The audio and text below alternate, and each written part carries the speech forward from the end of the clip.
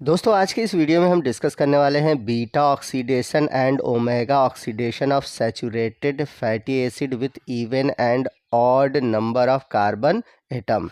और ये जो टॉपिक है ये टॉपिक आपके BSc first year second semester zoology के unit 3 metabolism of carbohydrate and lipid से लिया गया है। तो टॉपिक बहुत ही इंपॉर्टेंट है, खासकर beta oxidation of fatty acid आपके एग्जाम में बहुत पूछा जाता है।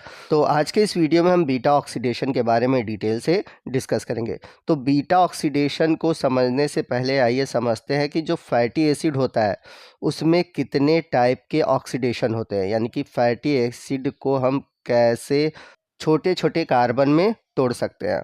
तो इस तरह से फैटी एसिड में आपको कुल 4 प्रकार के ऑक्सीडेशन देखने को मिलते हैं। पहला है अल्फा ऑक्सीडेशन, दूसरा है बीटा ऑक्सीडेशन, तीसरा है ओमेगा ऑक्सीडेशन और चौथा है परऑक्सीसोमल फैटी एसिड ऑक्सीडेशन। तो ये 4 प्रकार के ऑक्सीडेशन है। तो ये जो अल्फ़ा, बीटा, ओमेगा या फिर परऑक्सीसोमल जो ऑक्सीडेशन है, इसको समझने से पहले ये समझते हैं कि पहले ये फैटी एसिड में ये अल्फ़ा, बीटा, ओमेगा होता क्या है। तो आइए सबसे पहले हम समझते हैं कि अल्फ़ा कार्बन होता क्या है। तो जैसा कि आप सभी जानते हैं कि फैटी एसिड में हाइड्रोकार्बन और कार्बोक्सिलिक ग्रुप होते हैं। तो कार्बोक्सिलिक ग्रुप से जुड़ा हुआ जो पहला कार्बन होता है उसे हम बोलते हैं अल्फ़ा कार्बन।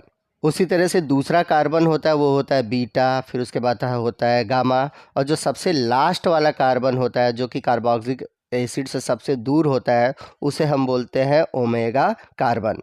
तो कार्बोक्सिलिक ग्रुप से जुड़ा हुआ जो पहला कार्बन है जो कि अल्फ़ा कार्बन कहलाता है, जब इसका ऑक्सीडेशन होता है तो उसे हम बोलते हैं अल्फ़ा ऑक्सीडेशन। तो आइए समझते हैं कि अल्फ़ा ऑक्सीडेशन में कौन कौन से स्टेप इन्वॉल्व होते हैं। तो सबसे पहला जो स्टेप होता है वो होता है हाइड्रोक्सिलेशन। तो हाइड्रोक्सिलेशन में होता है क्या है कि जो पहला कार्बन है उस पर हाइड्रोक्सिल ग्रुप जुड़ जाता है। दूसरा स्टेप होता है ऑक्सीडेशन, जिससे कि अल्फ़ा कीटो एसिड का फॉर्मेशन होता है। अब ये जो अल्फ़ा कीटो एसिड है इसका डिकार्बोक्सिलेशन होता है और एक कार्बन डाइऑक्साइड का मॉलिक्यूल निकल जाता है। तो इस तरह से फैटी एसिड जितने कार्बन का होता है उससे एक कार्बन कम हो जाता है। जैसे कि अगर हमने फैटी एसिड 5 कार्बन का लिया है तो जब अल्फ़ा ऑक्सीडेशन होगा तो उस प्रोसेस में बनेंगे 4 कार्बन का कंपाउंड। एक कार्बन जो है वो कार्बन डाइऑक्साइड के रूप में निकल जाता है। तो इस तरह से देखेंगे कि अल्फ़ा ऑक्सीडेशन में हाइड्रोक्सिलेशन, ऑक्सीडेशन और डीकार्बोक्सिलेशन होता है। अब बात करते हैं हम बीटा ऑक्सीडेशन की। तो बीटा ऑक्सीडेशन आपके सिलेबस में है तो इसको ध्यान से समझिएगा। तो जब बीटा कार्बन का ऑक्सीडेशन होता है फैटी एसिड में तो उसे हम बोलते हैं बीटा ऑक्सीडेशन। और बीटा कार्बन क्या होते हैं? जो तीसरे नंबर के कार्बन होते हैं, या फिर हम कह सकते हैं कार्बोक्सिलिक एसिड से जुड़ा हुआ जो दूसरा कार्बन है उसे हम बीटा कार्बन बोलेंगे। तो जब बीटा कार्बन का ऑक्सीडेशन होता है तो उसे हम बोलते हैं बीटा ऑक्सीडेशन। और ये जो बीटा ऑक्सीडेशन है ये माइटोकॉन्ड्रिया में होती है। तो पीछे आपने देखा कि अल्फा ऑक्सीडेशन में एक कार्बन निकल रहा था, तो बीटा ऑक्सीडेशन में क्या होगा? तो बीटा ऑक्सीडेशन में होता क्या है कि 2 कार्बन निकलते हैं और बीटा ऑक्सीडेशन के थ्रू फॉर्मेशन होता है एसिटिल कोएंजाइम ए का। यानी कि जैसे जैसे 2 कार्बन निकलते जाएंगे वैसे वैसे एसिटिल कोएंजाइम ए का फॉर्मेशन होता है। तो ये बात आप याद रखिएगा कि बीटा ऑक्सीडेशन में 2 कार्बन कंपाउंड रिमूव होते हैं और फॉर्मेशन होता है एसिटिल कोएंजाइम ए का। अब यहाँ पर आपको बता दें कि जो फैटी एसिड है अगर उसका ऑक्सीडेशन होता है तो वो 2 तरीके से होता है। एक होता है इवन चेन और दूसरा है ऑड चेन। तो इवन चेन में जब भी बीटा ऑक्सीडेशन होता है तो फॉर्मेशन होता है एसिटिल कोएंजाइम ए का। फॉर एग्जांपल अगर हम बात करें कि 16 कार्बन का जो पामेटिक एसिड है, अगर इसका बीटा ऑक्सीडेशन होता है तो 7 स्टेप में होता है और 8 मॉलिक्यूल बनते हैं एसिटिल कोएंजाइम ए के। चूँकि एसिटिल कोएंजाइम 2 कार्बन का है और पामेटिक एसिड 16 कार्बन का है तो जाहिर सी बात है कि बीटा ऑक्सीडेशन में 2 कार्बन बनते हैं। तो इस तरह से आप देखेंगे कि जब पामेटिक एसिड का अगर हम ऑक्सीडेशन करते हैं तो 8 मॉलिक्यूल बनते हैं एसिटिल कोएंजाइम ए के, जो कि आगे चलकर टीसीए साइकिल में चले जाते हैं। फिर वहाँ पर एसिटिल कोएंजाइम का ऑक्सीडेशन होता है। अब इवन चेन फैटी एसिड का बीटा ऑक्सीडेशन हमने समझ लिया। अब यदि इवन चेन की जगह ऑड चेन होता है फैटी एसिड का तो उस कंडीशन में जब बीटा ऑक्सीडेशन होता है तो वहाँ पर एसिटिल कोएंजाइम ए तो बनता ही बनता है, परंतु उसके साथ एक और कंपाउंड बनता है जो कि 3 कार्बन का होता है, जिसे हम बोलते हैं प्रोपियोनिल कोएंजाइम ए। तो जैसा कि हमने पीछे देखा, जो एसिटिल कोएंजाइम ए है ये टीसीएस साइकिल में जाकर ऑक्सीडाइज होता है। अब बात आती है कि प्रोपियोनिल कोएंजाइम ए का क्या होता है। तो प्रोपियोनिल कोएंजाइम ए बदलता है सक्सिनिल कोएंजाइम ए में, जो कि फर्दर आगे चल के टीसीएस साइकिल में जाकर ऑक्सीडाइज हो जाता है। तो आइए हम बीटा ऑक्सीडेशन के बारे में डिटेल से डिस्कस करते हैं और सबसे पहले बात करते हैं कि बीटा ऑक्सीडेशन होता क्या है, इसे हम डिफाइन कैसे कर सकते हैं। बीटा ऑक्सीडेशन में be defined as the oxidation of fatty acid on the beta carbon. This result the sequential removal of 2 carbon fragment acetyl coenzyme A. तो जैसा कि मैंने बताया था कि बीटा ऑक्सीडेशन में होता क्या है कि जो फैटी एसिड का जो बीटा कार्बन है, यानी कि कार्बोक्सिलिक अम्ल से जुड़ा हुआ जो सेकंड कार्बन है, वो रिमूव होता है और एसिटिल कोएंजाइम ए का फॉर्मेशन होता है। और एसिटिल कोएंजाइम 2 कार्बन कंपाउंड होता है।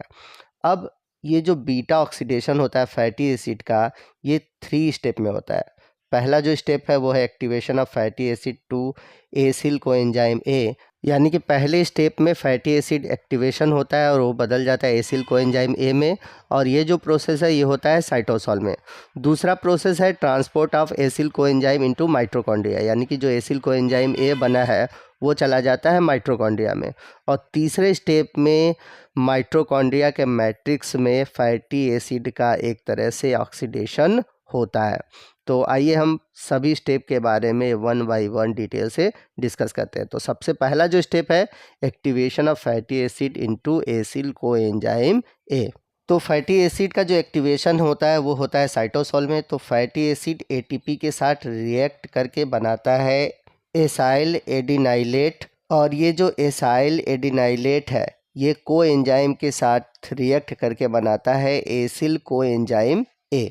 तो यहाँ पर आपको ध्यान रखने वाली बात ये है कि जो फैटी एसिड का जो एक्टिवेशन होता है तो उसके लिए चाहिए होता है एटीपी। चलते हैं सेकंड स्टेप की ओर। तो सेकंड स्टेप में होता क्या है कि जो एसिल कोएंजाइम ए है वो चला जाता है माइटोकॉन्ड्रिया में। अब होता क्या है कि ये जो एसिल कोएंजाइम ए है ये इनर माइटोकॉन्ड्रिया के लिए इपरमिएबल होता है, यानी कि ये माइटोकॉन्ड्रिया का जो इनर मेम्ब्रेन है उसमें इंटर नहीं कर पाता। तो एसिल कोएंजाइम को माइटोकॉन्ड्रिया में इंटर करने के लिए कार्मेटाइन नामक केमिकल भाग लेता है, और ये जो कार्मेटाइन है ये कार्मेटाइन एसिल ट्रांसफेरेज 1 के मदद से, यानी कि ये जो एंजाइम है इसकी मदद से आ जाता है माइटोकॉन्ड्रिया के बाहर, और ये एसिल कोएंजाइम से रिएक्ट करता है और रिएक्ट करके फॉर्मेशन करता है एसिल कार्मेटाइन का। तो इस तरह से जो एसिल कोएंजाइम ए है इससे कोएंजाइम ए अलग हो जाता है। तो ये जो एसिल कार्मेटाइन है, अब ये जो माइटोकॉन्ड्रिया में पाए जाने वाले कैरियर प्रोटीन हैं उनकी सहायता से माइटोकॉन्ड्रिया के इनर मेम्ब्रेन में प्रवेश कर जाता है। इसके बाद ये इनर मेम्ब्रेन में जाने के बाद पहुंचता है माइटोकॉन्ड्रिया के मैट्रिक्स में। अब जब एसिल कार्मेटाइन माइटोकॉन्ड्रिया के मैट्रिक्स में पहुंचता है तो माइटोकॉन्ड्रिया के मैट्रिक्स में मौजूद coenzyme A carnitine acyl transferase second नामक एंजाइम की उपस्थिति में बदल जाता है कार्मेटाइन में, और फिर से बन जाता है एसिल कोएंजाइम ए। तो इस तरह से हमने देखा कि सबसे पहले स्टेप में जो फैटी एसिड है वो एटीपी की सहायता से एक्टिवेट होता है और बदल जाता है एसिल कोएंजाइम ए में। सेकेंड स्टेप में हमने देखा कि जो एसिल कोएंजाइम ए है, यानी कि जो एक्टिवेटेड फैटी एसिड है, वो तो साइटोसोल में था, अब इसको जाना है माइटोकॉन्ड्रिया में। तो माइटोकॉन्ड्रिया में तो ये जा नहीं पाता, तो माइटोकॉन्ड्रिया के मैट्रिक्स में उपस्थित जो कार्मेटाइन है वो कार्मेटाइन एसिल ट्रांसफेरेज फर्स्ट की सहायता से बदल जाता है एसिल कार्मेटाइन में। अब ये जो एसिल कार्मेटाइन है वो माइटोकॉन्ड्रिया के मैट्रिक्स में चला जाता है। अब इसके बाद थर्ड स्टेप चलता है, वो है beta oxidation in mitochondria matrix. तो प्रॉपर तरीके से देखा जाए तो फैटी एसिड का जो बीटा ऑक्सीडेशन है वो माइटोकॉन्ड्रिया के मैट्रिक्स में होता है, और इसके होने के लिए कुछ स्टेप होते हैं जैसा कि मैंने पीछे भी आपको बताया था। पहला है ऑक्सीडेशन, दूसरा है हाइड्रेशन, तीसरा है ऑक्सीडेशन, फिर फोर्थ है क्लीवेज।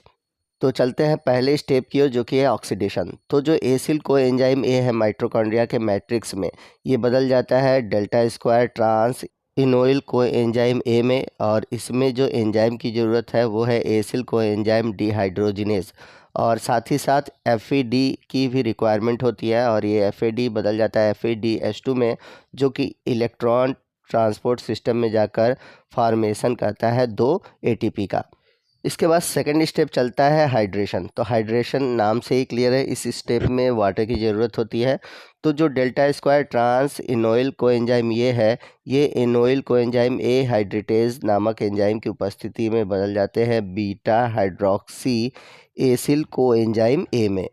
तीसरे स्टेप में फिर से ऑक्सीडेशन होता है, और इसमें क्या होता है कि जो बीटा हाइड्रोक्सी एसिल कोएंजाइम ये है, ये बीटा हाइड्रोक्सी एसिल कोएंजाइम ए डिहाइड्रोजिनेज नामक एंजाइम की उपस्थिति में NAD जो होता है यूज़ होता है, और ये बदल जाता है NADH में, और ये जो NADH बना है वो फिर से जाता है इलेक्ट्रॉन ट्रांसपोर्ट सिस्टम में और 3 ATP का फॉर्मेशन कर देता है, और इस प्रोसेस के अंत में बदल जाता है बीटा कीटो एसिल को एंजाइम ए, यानी कि जो बीटा हाइड्रोक्सी एसिल को एंजाइम ए है, ये बदल जाता है बीटा कीटो एसिल को एंजाइम ए में।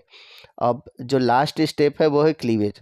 तो ये जो बीटा कीटो एसिल को एंजाइम ए है, ये थायोलेज नामक एंजाइम की उपस्थिति में टूट जाता है एसिल को एंजाइम ए और एसिटिल को एंजाइम ए में, और यहाँ पर को एंजाइम ए की भी ज़रूरत पड़ती है। तो को एंजाइम ए की मदद से अब जो बीटा कीटो एसिल ग्रुप है वो किस में बदल गया, एसिल को एंजाइम ए और एसिटिल को एंजाइम ए में। अब यहाँ पर हमें जो एसाइल को एंजाइम ए मिला है, तो यहाँ पर समझने वाली बात यह है कि जो नया एसिल कोएंजाइम ए मिला है, इसमें 2 कार्बन हमेशा कम होंगे। क्योंकि 2 कार्बन इसलिए कम होंगे क्योंकि ये टूट गया है एसिटिल कोएंजाइम ए 2 कार्बन कंपाउंड में। तो जो एसिटिल कोएंजाइम ए है क्रेब्स साइकिल में चला जाता है।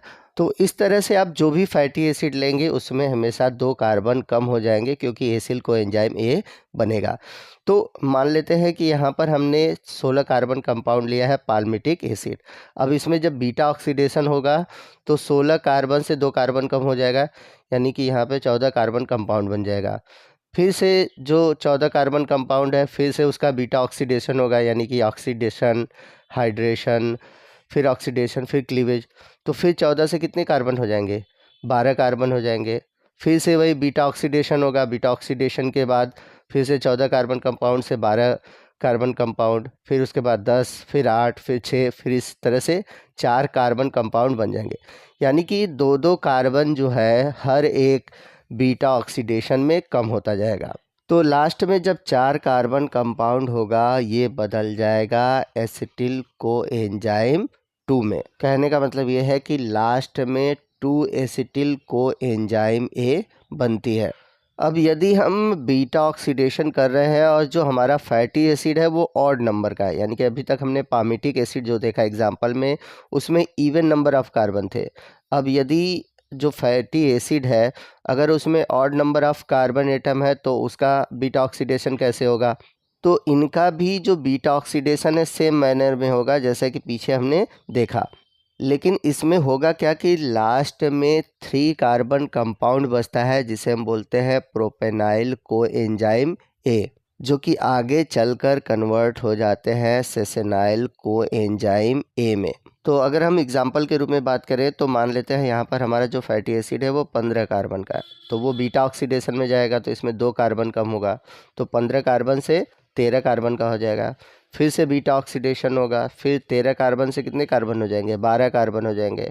फिर से 2 कार्बन कम होंगे तो 9 कार्बन, फिर से 2 कम होंगे 7 कार्बन, फिर से 2 कम होंगे 5 कार्बन, फिर से 2 कम होंगे, तो लास्ट में आपको 3 कार्बन का कंपाउंड मिलेगा। तो यहाँ पर लास्ट में 3 कार्बन का कंपाउंड मिला है जिसे हम बोलेंगे प्रोपेनाइल को एंजाइम ए, जो कि बाद में कन्वर्ट हो जाता है सक्सेनिल को एंजाइम ए में। तो यहाँ पर पूरे स्टेप को दिखाया गया है कि कैसे प्रोपेनाइल को एंजाइम ए सक्सेनिल को एंजाइम ए में बदलता है। तो आप चाहे तो इस स्टेप को याद कर सकते हैं या फिर स्किप कर सकते हैं, आप डायरेक्ट लिख सकते हैं। अब ये जो सक्सेनिल को एंजाइम ए बना है, अब वो चला जाता है TCA साइकिल में। तो इस तरह से आपने देखा कि जो फैटी एसिड है चाहे वो इवन कार्बन हो चाहे फिर ऑड कार्बन हो, इन दोनों का ऑक्सीडेशन कैसे होता है। तो इस तरह से आपका जो ये टॉपिक है बीटा ऑक्सीडेशन वो ख़त्म हो गया। आई होप आपको सभी कंसेप्ट अच्छे से समझ में आ गए होंगे। आप वीडियो को 1-2 बार देखिएगा तो आपको क्लियर हो जाएगा पूरा कंसेप्ट। एक बार में तो नहीं क्लियर होगा, कम से कम 1 या 2 बार से ज़्यादा आपको वीडियो को देखना होगा। तो आपको आज का ये वीडियो कैसा लगा कमेंट करके ज़रूर बताइएगा। वीडियो अच्छा लगा हो तो प्लीज़ वीडियो को लाइक करिएगा, अपने दोस्तों में शेयर कीजिएगा। तो मिलते हैं अगले वीडियो में अगले टॉपिक के साथ, तब तक के लिए जय हिंद, जय भारत।